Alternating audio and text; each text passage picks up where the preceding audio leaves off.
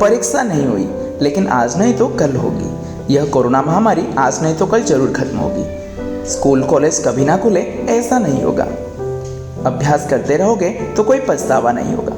Corona महामारी के चलते इस समय स्कूल और कॉलेज बंद पड़े हैं, जिसके चलते विद्यार्थियों में पढ़ाई के प्रति लापरवाही देखी जा रही है। इसको देखते हुए मुंबई के एक स्कूल में हमारी पूर्णाओं में लिखित एक कहानी सुनाई गई और विद्यार्थियों को इस कहानी के जरिए एक मैसेज दिया गया, एक सलाह दिया गया। कहानी यह थी कि एक बार भगवान इंद्र किसानों से नाराज हो गए और उन्होंने घोषणा कर दी कि 12 साल तक बारिश नहीं होगी, आप फसलों को नहीं उगा पाएंगे।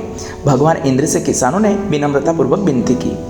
किसानों की विनती को देखते हुए इंद्र ने बड़ी चालाकी से बारिश ना होने का सारा श्रेय भगवान शिव के ऊपर डाल दिया और कहा कि बारिश तभी संभव है जब भगवान शिव अपना डमरू बजाएंगे। लेकिन इंद्रदेव भगवान शिव के साथ पहले ही गुप्त रूप से चर्चा कर चुके थे और उनसे किसानों के साथ सहमत नहीं होने के लिए भी अनुरोध कर चुके थे।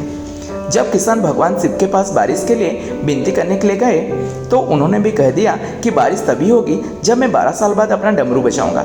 निराश होकर वापस लौटते किसानों ने 12 साल तक इंतजार करने का फैसला किया। लेकिन उनमें से एक किसान वापस लौटकर नियमित रूप से अपना काम कर रहा था, खेती कर रहा था, यहाँ तक कि बीज भी बो रहा था। अन्य किसानों ने यह देखकर उस किसान का मजाक उड़ाना चालू कर दिया। कुछ किसानों ने उससे पूछा भी कि आप अपना समय और ऊर्जा क्यों बर्बाद कर रहे हैं, जबकि आप जानते हैं कि 12 साल तक बारिश नहीं होने वाली। उस किसान ने जवाब दिया कि मुझे पता है कि बारिश के बिना मेरी फसल नहीं आएंगी, लेकिन मैं यह सब केवल अभ्यास के रूप में कर रहा हूँ। 12 साल बाद मैं फसलों को उगाने और खेतों में काम करने की प्रतिक्रिया को भूल जाऊँगा। शरीर के काम करने की आदत छूट जाएगी और शरीर आलस का शिकार हो जाएगा। इसलिए मैं अभ्यास करता रहता हूँ कि जब 12 साल बाद बारिश होगी तो मुझे काम करने के लिए मुश्किल नहीं होगी। जब इस किसान का यह बात पार्वती जी को पता चली तो उन्होंने भी चिंतित होकर शिव जी से कहा, आप भी 12 साल बाद डमरू बजाना भूल सकते हैं। यह सुनकर भगवान शिव भी चिंतित हो गए, इसलिए कहीं वो डमरू बजाना भूल तो नहीं गए, इसकी जांच करने की सोची और अपना डमरू उठाकर बजाने की कोशिश करने लगे।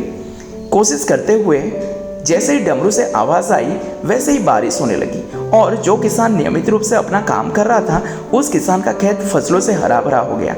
लेकिन बाकी सभी बारिश का इंतजार करते किसानों को पछतावा हुआ, क्योंकि उन्होंने अभ्यास करना भी छोड़ दिया था। इस तरह 2 सप्ताह, 2 महीने अथवा 2 साल बाद लॉकडाउन समाप्त हो जाएगा। कोरोना महामारी भी खत्म हो जाएगी।